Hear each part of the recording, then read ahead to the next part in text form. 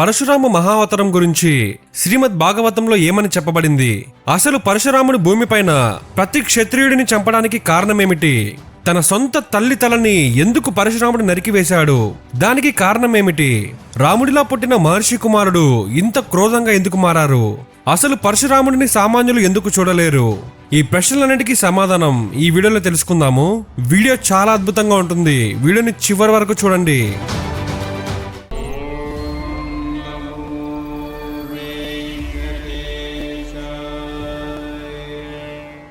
ఎందుకంటే భార్గవరాముడిలో ఉన్న తపశ్శక్తిని దేవతలే చూడలేరు.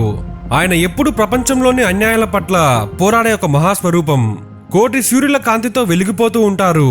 అలాంటి మహా ఉగ్ర రూపాన్ని సామాన్యులు దూరం నుంచి చూసినా ఆ తేజస్సు వల్ల కాలిపోతారు అని భాగవతంలో చెప్పబడింది.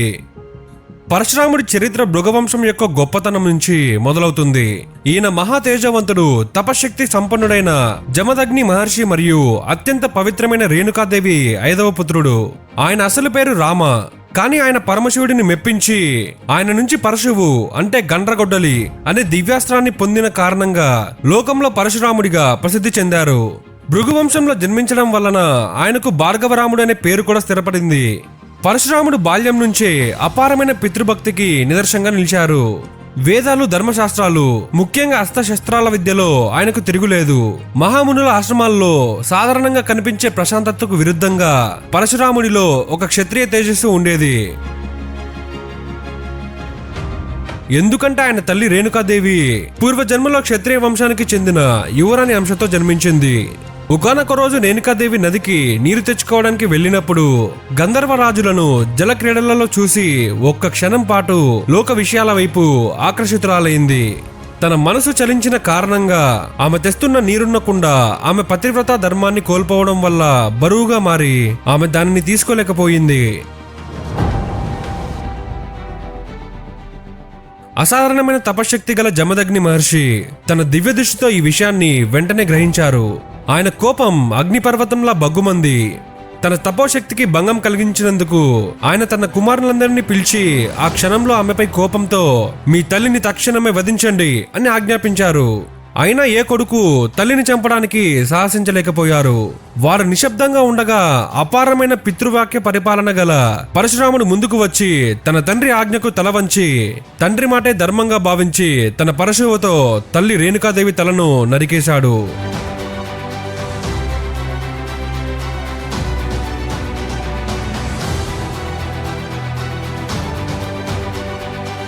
జమదగ్ని మహర్షి పరశురాముడి పితృభక్తికి సంతోషించి పుత్రా, నీకు ఏ వరం కావాలో కోరుకో అని అన్నారు. ఆ మహాయోగి పరశురాముడు కోరిన వరాలేమిటంటే, మొదటి వరం తన తల్లి రేణుకాదేవిని తిరిగి బతికించాలి. రెండవ వరం తాను చంపిన విషయం ఆమెకు గుర్తు లేకుండా పోవాలి. మూడవ వరం ఈ ఘోర కార్యం చేసిన పాపం తనకు అంటకుండా ఉండాలి. మహర్షి ఆ వరాలను ఇచ్చి రేణుకాదేవిని తిరిగి బ్రతికించారు.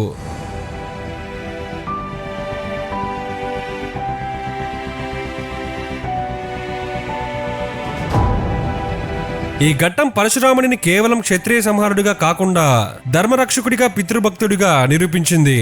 ఇది పరశురాముడంటే మనం తెలుసుకునేలా చరిత్రలో నిలిచిపోయిన ఘట్టం. పరశురాముడి జీవితంలో ఆయన తండ్రి మరణం అనేది ఒక మలుపు. ఇది మహావిష్ణు అవతారం యొక్క లక్ష్యాన్ని పూర్తి చేయడానికి ఒక మహాయుద్ధం. ఈ యుద్ధం వలనే అసలు భూమి మీద సత్యయుగం నుంచి త్రేతాయుగానికి మారే సమయంలో భూమిపై నుండే పరమ దుర్మార్గమైన రాజులందరినీ నరికి ధర్మ సంస్థాపన చేశారు. ఆ కాలంలో క్షత్రియ వంశంలో హైహయ వంశానికి చెందిన కార్త వీర్యార్జునుడు అనే రాజు ఉండేవాడు. అతను అసామాన్యమైన శక్తివంతుడు, 1000 చేతులు కలిగి ఉండేవాడు. అతను దత్తాత్రేయుడి అనుగ్రహంతో అపారమైన శక్తులను పొంది అహంకారంతో లోకాలను పీడించడం మొదలుపెట్టాడు. ఒకసారి వేట కోసం కార్త వీర్యార్జునుడు తన భారీ సైన్యంతో జమదగ్ని మహర్షి ఆశ్రమం దగ్గరికి వచ్చాడు. జమదగ్ని మహర్షి తన దగ్గరున్న దివ్యమైన కామధేనువు సహాయంతో రాజుకు మరియు ఆయన సైన్యానికి అద్భుతమైన ఆతిథ్యాన్ని ఇచ్చాడు. ఆ గోవు శక్తిని చూసి కార్త వీర్యార్జునుడి మనసులోని కోరిక పెరిగింది. తపస్సు కంటే శక్తి గొప్పదని అనుకుని అతడు మహర్షిని అగౌరవపరిచి ఆ కామధేనువును బలవంతంగా ఎత్తుకుపోయాడు. అంతేకాక ఆశ్రమాన్ని ధ్వంసం చేసి వెళ్లిపోయాడు. ఆ సమయంలో పరశురాముడు ఆశ్రమంలో లేడు. తిరిగి వచ్చిన పరశురాముడికి ఈ విషయం తెలియగానే ఆయన కోపం కట్టలు తెంచుకుంది. రాజులలో అహంకారం, దొంగతనం పెరగడం చూసి పరశురాముడు తన దివ్య పరశువును ధరించి కార్తవీర్యార్జునుడిని వెంటాడతాడు. భయంకరమైన యుద్ధంలో పరశురాముడు తన పదునైన పరశువుతో కార్తవీర్యార్జునుడి యొక్క 1000 చేతులను ఛేదించి అతని శిరస్సును ఖండించి వధించాడు.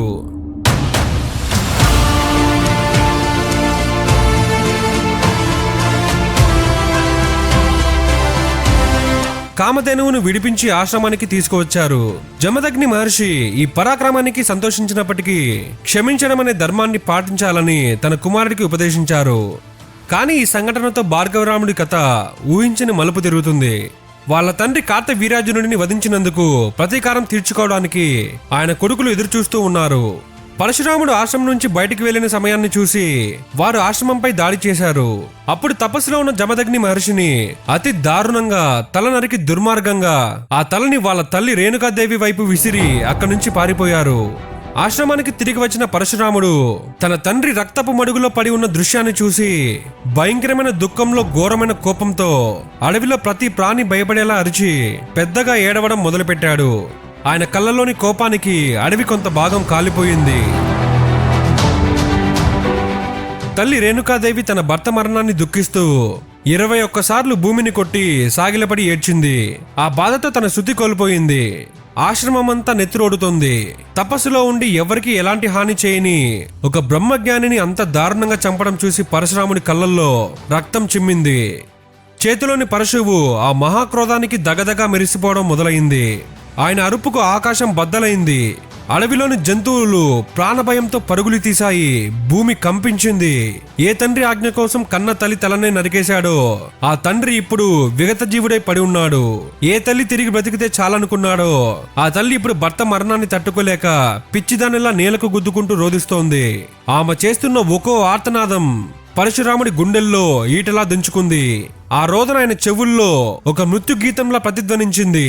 తన కళ్ళెదుట జరిగిన ఈ మహా అన్యాయానికి, తన తండ్రి పవిత్రమైన రక్తం నేలపై చిందించిన విధానానికి ఆయనలో శాంతం పూర్తిగా నశించింది. ఇక క్షమించేదే లేదు అన్నట్టుగా ఆయన కళ్ళు నిప్పులు చెగిరాయి. ఆ ఒక్క క్షణంలో ఆయన కేవలం జమదగ్ని కొడుకు కాదు, అధర్మాన్ని దహించి వేసే ప్రళయకాల రుద్రుడిలా మారాడు.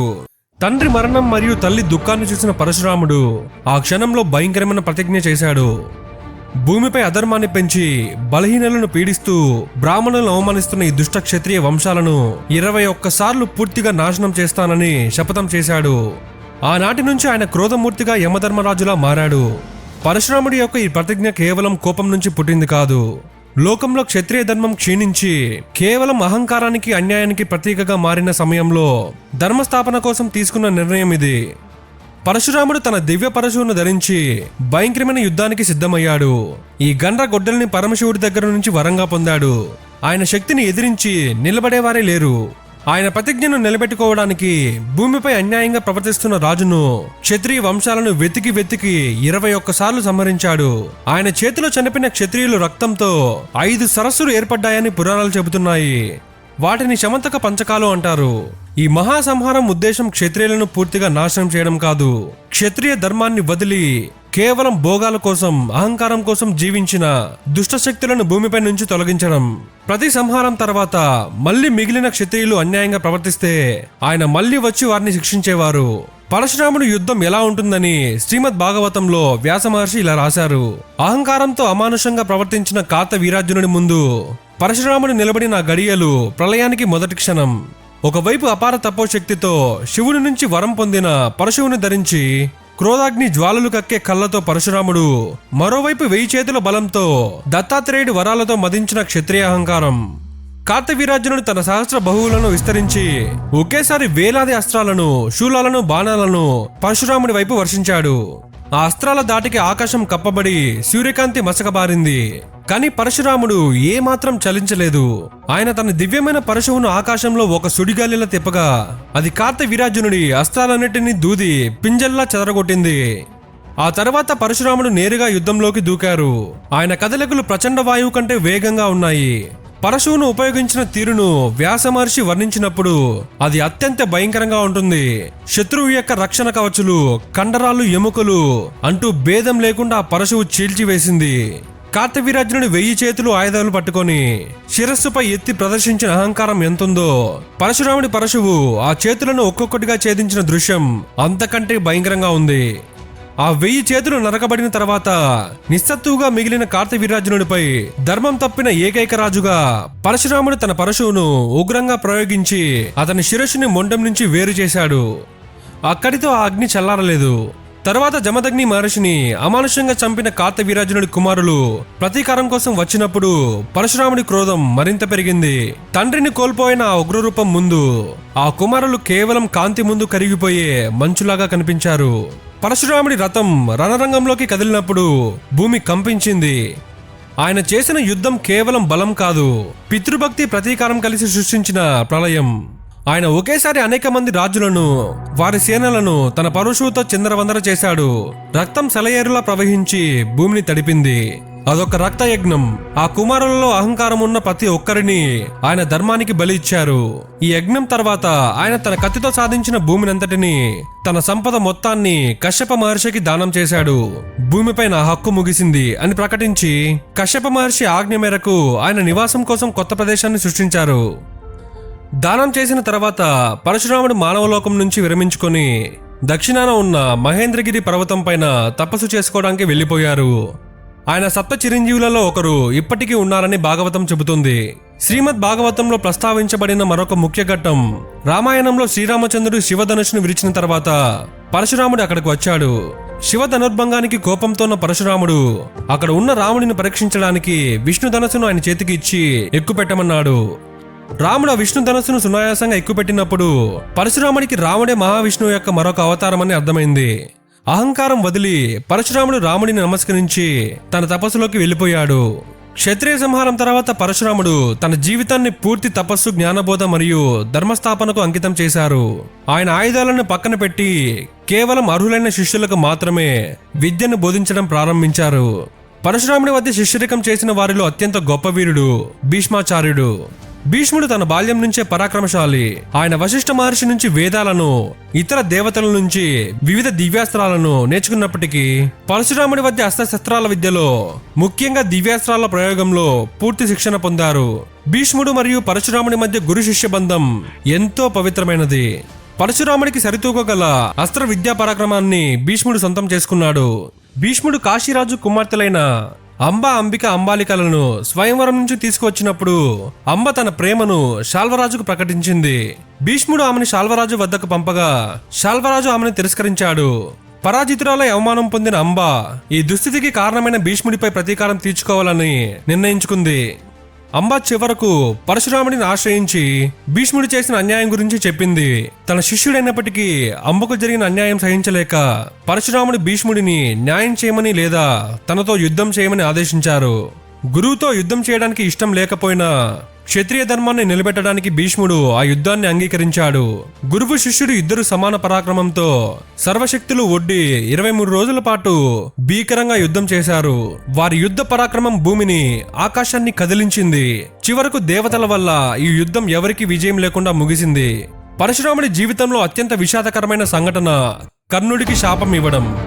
కర్ణుడు తాను ఒక సూతపుత్రుడు అయినప్పటికీ అర్జునుడిని మించిన వీరుడిగా మారాలని కోరుకున్నాడు. మహావీరుడైన పరశురాముడు కేవలం బ్రాహ్మణులకు మాత్రమే అస్త్ర విద్యను బోధిస్తారని తెలుసుకుని కర్ణుడు తన క్షత్రియ వంశాన్ని దాచిపెట్టి తానొక పేద బ్రాహ్మణ విద్యార్థిగా అసత్యం చెప్పి పరశురాముడి వద్ద శిష్యుడిగా చేరాడు. పరశురాముడు కర్ణుడికి బ్రహ్మాస్త్రంతో సహా అత్యంత శక్తివంతమైన దివ్యాస్త్రాల జ్ఞానాన్ని మరియు రహస్యాలని బోధించాడు. ఒకరోజు గురువుగారైన పరశురాముడు అలసిపోయి కర్ణుడి తొడపై తల పెట్టుకుని నిద్రపోతున్నారు. ఆ సమయంలో ఒక భయంకరమైన పురుగు వచ్చి కర్ణుడి తొడను చాలా లోతుగా కొట్టి రక్తం కారడం మొదలైంది. గురుగారి నిద్రకు భంగం కలకూడదని కర్ణుడు ఆ భయంకరమైన బాధను కూడా భరించాడు. తన శిష్యుడి యొక్క అద్భుతమైన సహనాన్ని చూసిన పరశురాముడు మేలుకున్న తర్వాత ఆ రక్తాన్ని, ఆ బాధను గమనించాడు. ఇంతటి సహనం మరియు భరించగలిగే శక్తి కేవలం ఒక క్షత్రియ మహారథికి మాత్రమే సాధ్యమవుతుంది అని ఆయన ఆగ్రహించారు. ఆయన వెంటనే, ఓయి, నువ్వు నిజం చెప్పు, నువ్వు బ్రాహ్మణుడి కాదు, నువ్వు క్షత్రియుడివి లేదా ఇంకేదో వంశానికి చెందినవాడివి. అబద్ధం చెప్పి నా వద్ద విద్య నేర్చుకున్నావు అని కోపంతో అడిగారు. నిజం చెప్పిన కర్ణుడిపై పరశురాముడు తీవ్ర నిరాశతో శాపమిచ్చారు. నువ్వు అబద్ధంతో నా నుంచి ఏ విద్యనైతే నేర్చుకున్నావో, నీకు అత్యంత అవసరమైన సమయంలో నీ ప్రాణానికి ముప్పు వాటిల్లినప్పుడు ఆ దివ్యాస్త్రాల జ్ఞానమంతా నిన్ను వదిలిపోతుంది. ఆ బ్రహ్మాస్త్రం ప్రయోగం నీకు గుర్తుకు రాదు. ఈ శాపం కారణంగానే మహాభారత యుద్ధంలో కర్ణుడి యొక్క గొప్ప అస్త్రాలు, ముఖ్యంగా బ్రహ్మాస్త్రం అత్యవసర సమయంలో ఫలించదు. అయినప్పటికీ పరశురాముడు కర్ణుడి పట్ల జాలితో ఒక విజయధనుసును బహుకరించి ఆయనకు వీరత్వం తగ్గదని వరమిచ్చారు. పరశురాముడు క్షత్రియ సంహారాన్ని పూర్తి చేసి భూమిని దానం చేసిన తర్వాత తన జీవితంలో స్థిరమైన యోగ ధ్యానం మరియు తపస్సుకు అంకితం చేశారు. మహేంద్రగిరి పర్వతాలపై తపస్సు చేసుకుంటున్నారని పురాణాలు చెబుతున్నాయి. భూమిని కశ్యప మహర్షికి దానం చేసిన తర్వాత పరశురాముడు నివాసం కోసం కొత్త ప్రదేశం అవసరమైంది. అప్పుడు ఆయన పశ్చిమ సముద్ర తీరానికి వెళ్లి తన దివ్యమైన పరశువును విసిరారు. ఆయన పరశువు పడినంత మేర సముద్రం వెనుకకు తగ్గి ఆ ప్రదేశం కొత్త భూభాగంగా ఏర్పడింది. ఈ కొత్త భూభాగమే నేటి కేరళ మరియు కొంత కొంకణ్ ప్రాంతంగా ప్రసిద్ధి చెందింది. ఈ ప్రాంతాన్ని పరశురామ సృష్టి లేదా పరశురామ క్షేత్రం అని పిలుస్తారు. ఆయన ఆ భూమిని సృష్టించి అక్కడ 6 ప్రధాన ఆలయాలను స్థాపించారని నమ్మకం. పరశురామ అవతారం మహావిష్ణువు యొక్క ఉగ్ర రూపాలలో ఒకటిగా చెప్పబడింది. పురాణాల ప్రకారం కలియుగం చివర్లో మహావిష్ణువు ధరించి కల్కి అవతారానికి పరశురాముడి గురువుగా ఉండి ఆయనకు యుద్ధ విద్యలలో శిక్షణ ఇస్తారని చెప్పబడింది. దీని ద్వారా పరశురాముడి యొక్క చిరంజీవి తత్వం, జ్ఞానం యొక్క వారసత్వం కొనసాగుతుందని భవిష్య పురాణంలో చెప్పబడింది. ఇది పరశురాముడి చరిత్ర. ఈ వీడియో ఎలా ఉందో కమెంట్ అయితే చేయండి. అలానే మీరు ఎలాంటి వీడియోస్ చూడాలనుకుంటున్నారో కూడా కమెంట్ చేయండి.